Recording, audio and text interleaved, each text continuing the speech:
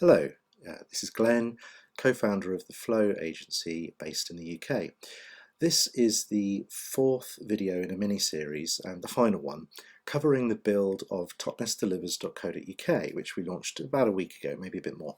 And the idea behind this, if you've not seen the previous videos, is to supply a business listing site for our local town called Totnes, to enable the businesses to list themselves as still available for delivery to homes while we're in this lockdown period.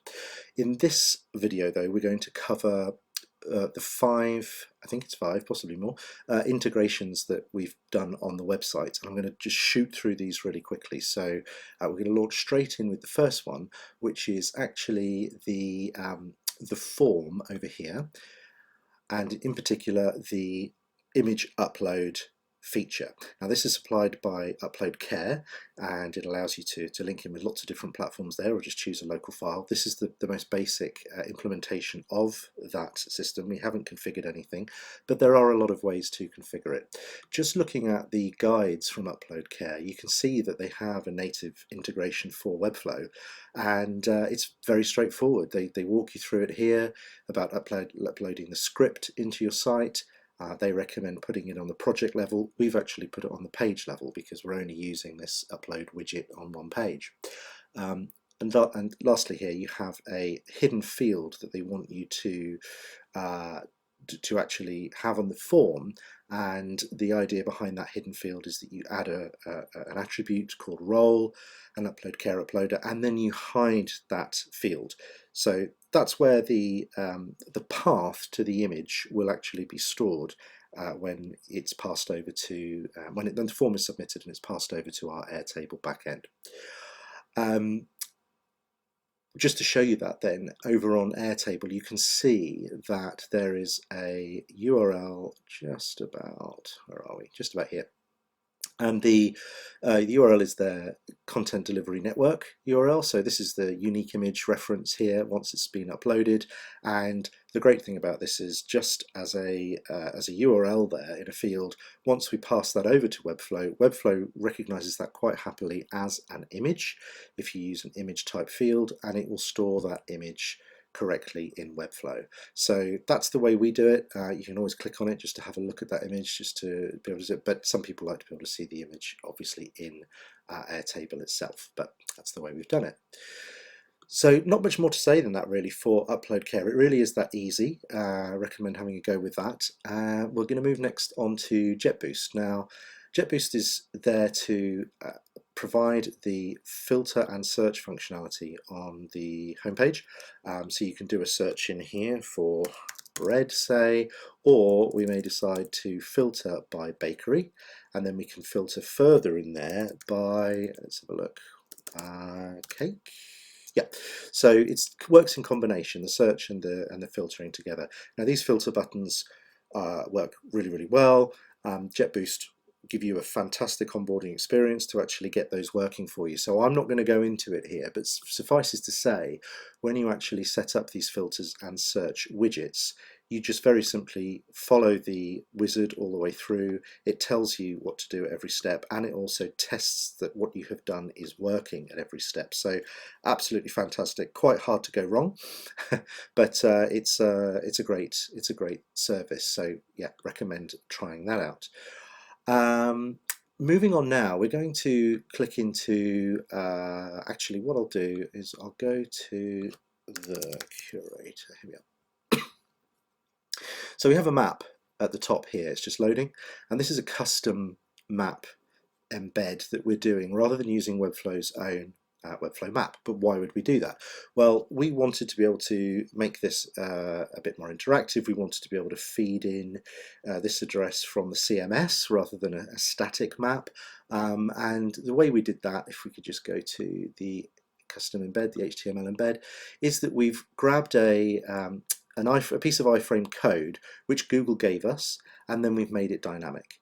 Now where Google gives you that code is in its handy little quick start build a map form over here, and if we were to actually post in that address, so if I was to grab this address, oops, if I was to third time lucky, if I was to grab that there and put it into our little map builder, then we get a really nice bit of code here that we can just grab and use as our starting point.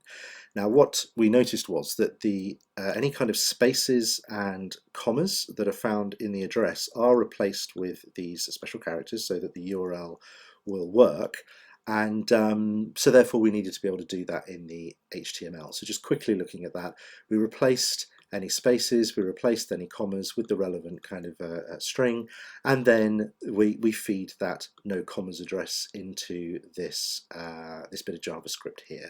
So that's all that's really doing. If anybody wants that code or needs help with that, by all means let me know. But this is the bit that's important here, which is the business address coming in from the dynamic collection item, and that enables this whole thing to work. So we're really pleased with that as an integration, and you'll see as you go through the Google Maps process that you need a Google Cloud Platform account, you need to create a project, you need to create an API. I don't mind showing it to you because that API is actually restricted for access to only be used by the Totnes Delivers website and the temporary Webflow address. So that's why I don't mind showing you that API. Excuse me. So just bear that in mind, and then we're next going to move on to Typeform. So pushing ahead as quickly as we possibly can, we've got here a little widget on the left hand side, a feedback button. If I were to click into that, actually over here, I'll be able to open the code editor, and again, this is Typeform's own embed code, the code that they will give you.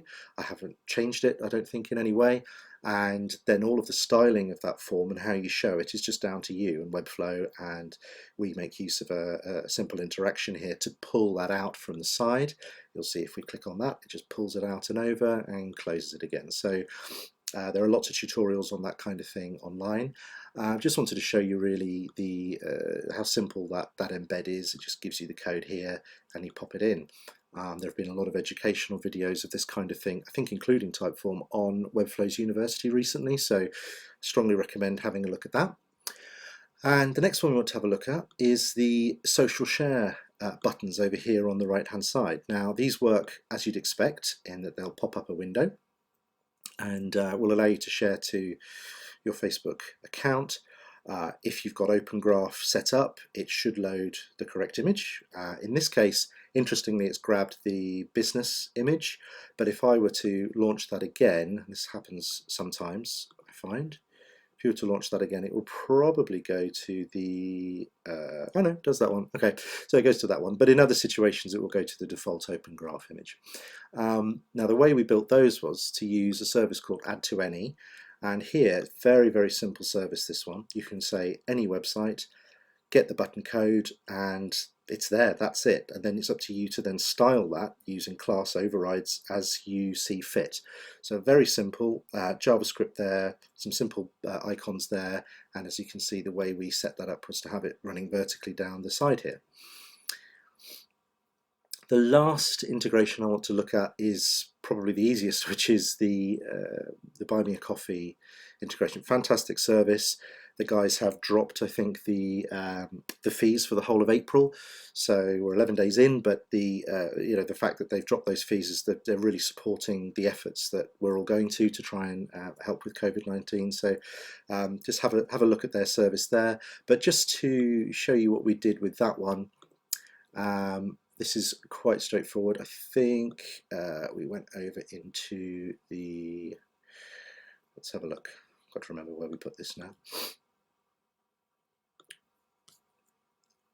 Yeah, okay, so we decided to put it in the body tag as opposed to the project, but you can obviously put it in the project if you prefer. But that's the widget, and it's the one that just shows up in that bottom right corner when the page loads correctly. It should show up in that bottom right corner, and it could be that we haven't enabled it on every page, and it's partly because of the fact that on mobile sometimes all of these icons take up quite a lot of space. So on this one, for example, we dropped the feedback widget as well on the left hand side.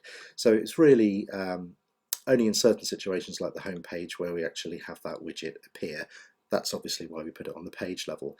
So that's the last integration. That's 1, 2, 3, 4, 5, 6, in fact, and just wanted to go through that very quickly just to show, in true no-code style, how easy it is to get quite a lot of extra functionality onto a site, a fairly simple site, just by doing these integrations. So hope you've enjoyed the series. If you've watched the previous videos, if you haven't, totally recommend it. If you want to get an idea of Webflow single ref fields, multi-ref fields, how we pass data around between Webflow and Airtable via Integromat.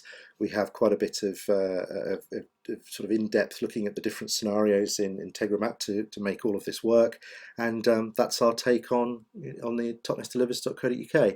Thank you for watching, and we'll see you next time.